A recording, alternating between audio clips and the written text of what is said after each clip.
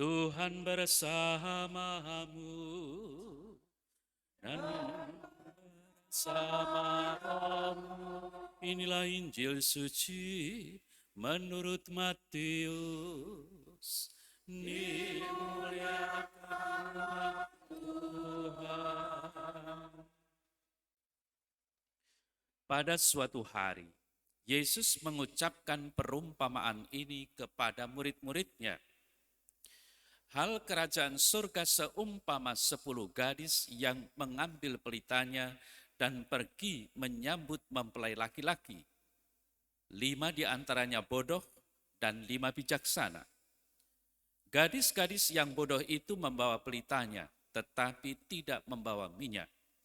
Sedangkan gadis-gadis yang bijaksana itu, selain pelita, juga membawa minyak dalam botol mereka. Tetapi karena mempelai itu lama tidak datang-datang juga, mengantuklah mereka semua, lalu tertidur. Waktu tengah malam terdengarlah suara berseru, "Mempelai datang, sambutlah dia." Gadis-gadis itu pun bangun semuanya, lalu membereskan pelita mereka. Gadis-gadis yang bodoh berkata kepada gadis-gadis yang bijaksana, "Berilah kami sedikit dari minyakmu itu, sebab pelita kami hampir padam." Tetapi gadis-gadis yang bijaksana itu menjawab, "Tidak, nanti tidak cukup untuk kami dan untuk kamu. Lebih baik kamu pergi membelinya pada penjual minyak." Tetapi ketika mereka sedang pergi untuk membelinya, datanglah mempelai itu dan mereka yang telah siap sedia masuk bersama-sama dengan dia ke ruangan perjamuan kawin, lalu pintu ditutup. Kemudian datang juga gadis-gadis yang lain itu dan berkata, "Tuan, Tuan, bukakanlah pintu bagi kami." Tetapi dia menjawab, "Sesungguhnya aku berkata kepadamu, aku tidak mengenal kamu. Karena itu berjaga-jagalah, sebab kamu tidak tahu hari maupun saatnya." Demikianlah sabda Tuhan. Terpujilah Kristus.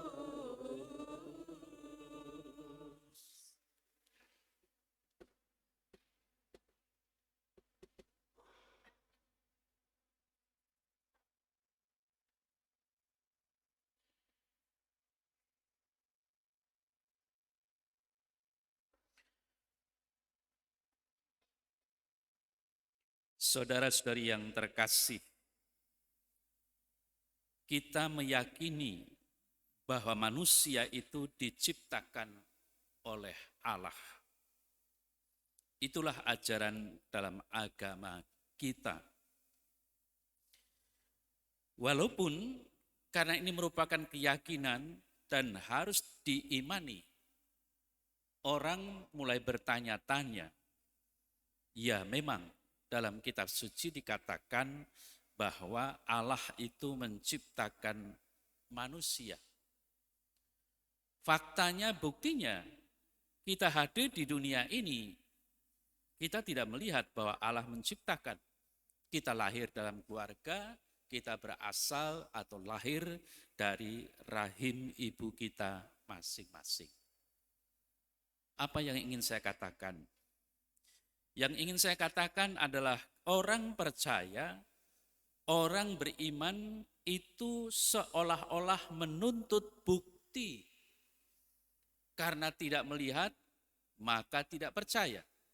Apa yang terlihat, ada fakta, ada bukti, maka saya yakin. Itu kenyataannya. Nah, maka dari itu, kalau tadi saya katakan kita orang beriman yang kritis dan bertanya-tanya semacam itu, tersirat bahwa kita sebenarnya tidak yakin. Itu yang pertama. Lalu yang kedua, kita juga percaya seperti yang tertulis di dalam kitab suci, bahwa Tuhan Yesus itu akan datang kedua kalinya pada akhir zaman. Bayangkan pada akhir zaman. Kita tidak tahu itu. Kita belum pernah mengalami itu. Faktanya belum terjadi. Begitu kan? Lalu kesimpulan yang sama seperti pada waktu penciptaan. Orang juga bertanya-tanya semacam itu. Yang menunjukkan sebenarnya kita sulit meyakini atau bahkan tidak meyakini. Karena apa? Belum terjadi.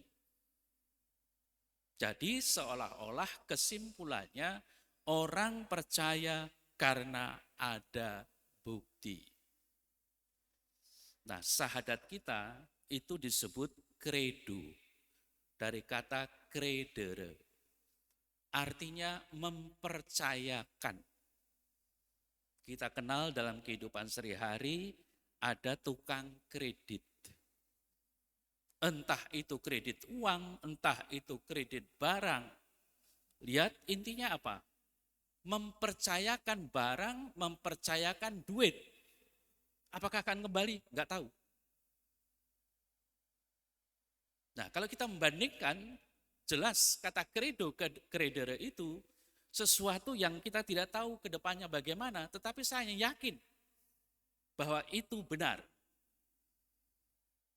Nah, kalau kita mulai membandingkan kemudian, apakah kita punya keyakinan seperti yang diungkapkan dari kata credo, di mana kita mengakui akan syahadat, baik itu syahadat pendek maupun syahadat panjang, yang mengemukakan soal penciptaan maupun soal kedatangan Yesus yang kedua kali, itulah tantangan kita. Untuk berani mempercayakan, bukan karena bukti, ya, tetapi karena mempercayakan.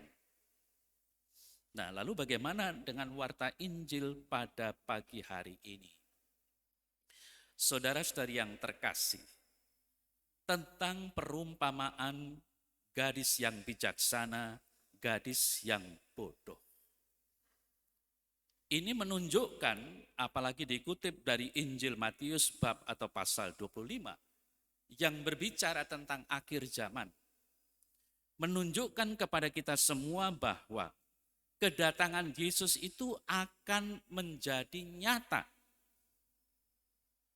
Hari terakhir itu adalah kebenaran, pasti terjadi, walaupun tidak tahu kapan itu akan terjadi. Nah, maka dari itu kita sebagai orang beriman hanya bisa kemudian mempercayai. Seperti apa? Credo tadi. Mempercayai apa? Mempercayakan hidup kita kepada Allah. Karena kita orang beriman. Nah, sekarang kita mulai membandingkan bagaimana dengan 5 gadis yang bijaksana dan 5 gadis yang bodoh. 5 gadis yang bodoh, yang penting sekarang hidup obornya.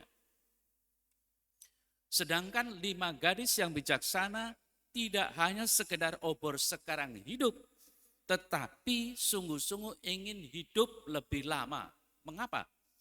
Karena tidak tahu mempelai yang disongsong itu kapan datangnya.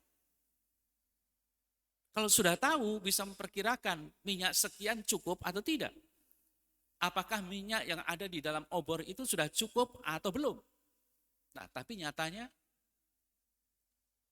mereka dikatakan atau digambarkan tadi tertidur. Kalau orang tertidur itu tidak sadar. Enggak mungkin orang tidur itu sadar. Ya. Nah, karena tidak sadar, tidak akan memikirkan apakah dia memikirkan mempelai akan datang atau tidak. Karena tertidur. Nah, apa yang terjadi? Yang terjadi ternyata anak manusia atau Allah atau mempelai laki-laki itu terlambat datang. Atau memang disengaja untuk berlambat-lambat. Tapi yang jelas faktanya para gadis tertidur sampai tidak memikirkan mempelai itu lagi, dan saat itulah mempelai laki-laki datang. Ini kan mau menggambarkan tentang akhir zaman. Di mana akhir zaman kita yakini atau diajarkan bahwa Tuhan. Tuhan Yesus akan datang untuk kedua kalinya. Dan kita diharapkan apa? Untuk berjaga-jaga, siap siaga, berjumpa dengan dia. Maka membutuhkan persiapan. Nah, lalu persiapan yang bagaimana? Kalau 5 gadis jelas mempersiapkan minyak. Supaya apa? Tetap obornya menyala. Berarti apa? Berarti mereka akan tetap hidup di dalam terang. Lalu bagaimana dengan 5 gadis yang bodoh? Kehabisan minyak. Berarti apa? Berarti dia akan hidup dalam kegelapan. Lalu bisa buat apa dengan hidup dalam kegelapan itu? Pasti hidup yang tidak teratur. Hidup yang tidak melihat jalan terang. Maka bisa jadi tersesat. Apalagi kalau tertidur. Saudara-saudara yang terkasih. Kalau dikatakan mereka tertidur, tidak memikirkan apa-apa, bahkan tidak menyadari kedatangan Yesus. Ini sebenarnya hidup yang celaka. Mengapa? Karena Yesus datang itu untuk menyelamatkan. Yesus datang untuk kedua kalinya itu untuk menjemput orang yang bagaimana? Di akhir zaman dikatakan, dan itu yang diajarkan oleh gereja, bahwa orang-orang yang sudah meninggal dunia itu akan dibangkitkan. Dan orang-orang yang hidupnya baik, akan terangkat ke surga. Itu yang dikatakan dalam bacaan kedua tadi. Nah, lalu bagaimana hidup kita yang masih hidup sekarang ini? Apakah kita benar-benar hidup yang sungguh-sungguh diharapkan oleh Tuhan? Yakni berjaga-jaga. Nah, maksudnya apa berjaga-jaga di sini? Saudara-saudari yang terkasih, kalau kita tahu bahwa ke depan itu akan hidup susah, pastilah kita akan berjaga-jaga bagaimana berusaha sedemikian rupa supaya nanti hidup kita jangan sampai jatuh miskin umpamanya. Jangan sampai menderita. Tetapi sungguh-sungguh karena iman kita, karena kepercayaan kita, saya berbuat sesuatu yang bisa menopang kehidupan saya. Kan begitu. Nah, demikian juga dalam kehidupan orang beriman. Bagaimana? Karena kita tahu seperti para gadis tadi, ketika dia baru sadar pada akhirnya harus membeli minyak, terlambat. Maka ketika dia mengetuk dan mengetuk pintu, Tuan, Tuan, bukakanlah kami pintu. Tetapi Tuhan itu menjawab, sungguh aku berkata kepadamu, aku tidak mengenal kamu. Bayangkan, tidak mengenal kamu. Mungkin kita akan menuntut di hadapan Allah, saya sudah dibaptis, saya sudah ini, saya sudah itu, masa tidak kenal saya? Tapi apa yang diharapkan oleh Tuhan di sini? Tidak lain hidup sesuai dengan apa yang diinginkan oleh Tuhan. Kamu harus berjaga-jaga. Nah, dalam hal ini soal minyak. Kita soal iman yang diwujudkan di dalam perbuatan-perbuatan kita. Itulah yang diharapkan. Maka dalam seluruh bab atau pasal 25 dari Injil Matius ini, dalam pengadilan, ditunjukkan apa yang telah kamu buat. Bukan soal berdoa, tapi apa yang telah kamu buat. Itulah yang akan menjadi pertimbangan kita ini dikenal oleh Yesus atau tidak. Nah, maka dari itu saudara terkasih, jelas apa yang diharapkan, karena itu berjaga-jagalah. Sebab kamu tidak tahu akan hari maupun saatnya. Kita ingat akan apa yang dikatakan oleh Santo Paulus. Dia mengatakan bahwa sekarang dia mendengar ada orang yang hidupnya berantakan. Hidupnya tidak sesuai dengan kehendak Allah. Tidak mau bekerja, ini dan itu. Maka menasihatkan. Paulus menasihatkan supaya orang itu benar hidupnya. Memang kita tidak tahu kapan akhir zaman itu akan datang. Tapi itulah tantangannya bagi kita. Hidup real kita itu tidak lain adalah supaya kita berbuat sesuatu yang benar, yang baik, yang sesuai dengan kehendak Tuhan. Itulah cara persiapan kita. Tidak hanya soal bertekun di dalam doa, itu baik. Tetapi kita juga menyadari, kita sungguh-sungguh tidak cukup dengan berdoa. Tetapi berbuat sekali lagi yang sesuai dengan apa yang dikehendaki oleh Tuhan. Dan itulah yang disebut sebagai gadis-gadis yang bijaksana. Semoga saudara terkasih, firman pada pagi hari ini mengingatkan kita dan menyadarkan kita semua. Kita jangan menunggu-nunggu dalam arti nanti saja sampai titik tertentu maka saya akan bertobat. Terlambat. Kita jangan sampai pintu itu tertutup. Kita sungguh-sungguh berharap bahwa pintu itu tetap terbuka. Dan kuncinya tidak lain adalah tindakan perbuatan baik kita.